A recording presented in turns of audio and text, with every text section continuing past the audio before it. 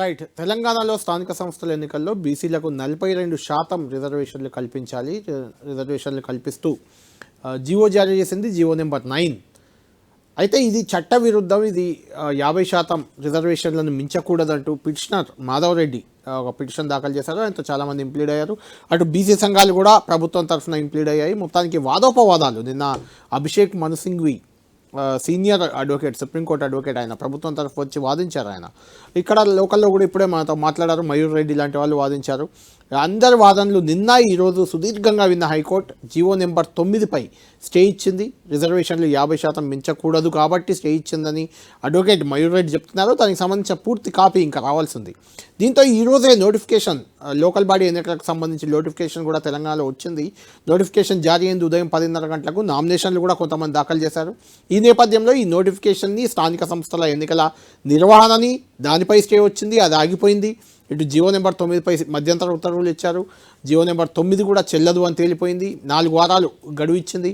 4 వారాలకు మళ్ళీ ప్రభుత్వం కౌంటర్ అఫిడవిట్ దాఖలు చేసే అవకాశం ఉంటుంది.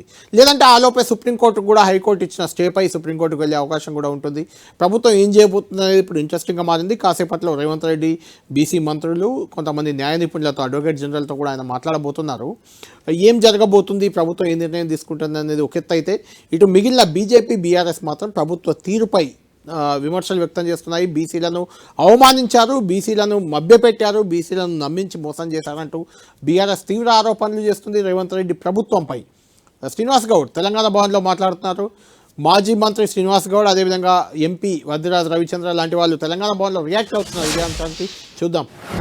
తీసుకోవడం కోసం మేము దేశంలో ఒక సైంటిఫిక్ అద్భుతంగా సర్వే చేసినాం, మేము కులగణన చేసినామని చెప్పేసి ఈ రాష్ట్రంలో ఉన్న జనాభాలో కనీసం 25 నుంచి 30 లక్షల మందిని చంపేసారు, జనాభా లేరనే చెప్పేసి. అక్కడి నుంచి స్టార్ట్ అయింది బీసీలకు మోసం చేయడం.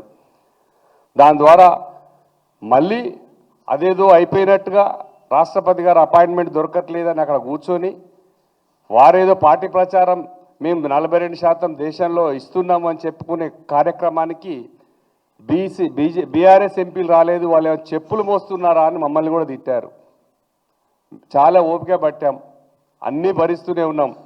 చివరికి చేసింది ఏంటిది, ఒక మోసపూరితమైన ఒక జీవో అమలు కాదు అని తెలిసి కూడా మరొక్కసారి బీసీ సోదరులను, బీసీ ప్రజలను మోసం చేయడానికి మీరు జీవో ఇచ్చి వెంటనే ఎలక్షన్ పెట్టి దాని ద్వారా ముందుకెళ్ళి కోర్టులో మళ్ళీ స్టే తీసుకొచ్చారు. స్టే వచ్చింది, అది జరుగుతుందని తెలిసే ఆవు కథలాగా మళ్ళీ తీసుకొచ్చి మొదటి పెట్టారు. ఇది తెలంగాణ రాష్ట్రంలో బీసీ సోదరులకు తెలియదా? అందరికీ తెలుసు. ఇప్పుడు మీ మోసాన్ని ఎండగడతారు. ఏదైతే మీరు బీసీల పులి మీద స్వారీ ఎట్లయితే చేయాలనుకున్నారో చేశారు, సక్సెస్ అయ్యారు.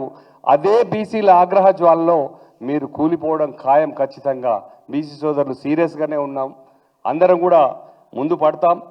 దీన్ని చేయాల్సిన పని చేయకుండా మీరు పెట్టిన జంతర్ మంతర్ మీటింగ్ మీ నాయకుడు రాహుల్ గాంధీ గారే రాలేదు. అప్పుడే అర్థం చేసుకోవాలి. ఆ రోజే చెప్పారు మీరు, ఇది ఇక్కడ అయ్యేది కాదు, రాష్ట్రపతి గారు అపాయింట్మెంట్ ఇవ్వరు, మోడీ గారు చేయరు, ఎవరు చేయరు, ఇది అయ్యేది కాదు, పోయేది కాదు, మన రాహుల్ గాంధీ గారు ప్రైమ్ మినిస్టర్ అయినాకనే అవుతుందని చెప్పేసి అక్కడే మీరే ప్రకటించి వచ్చారు. ఇందాక కమలాకర్ గారు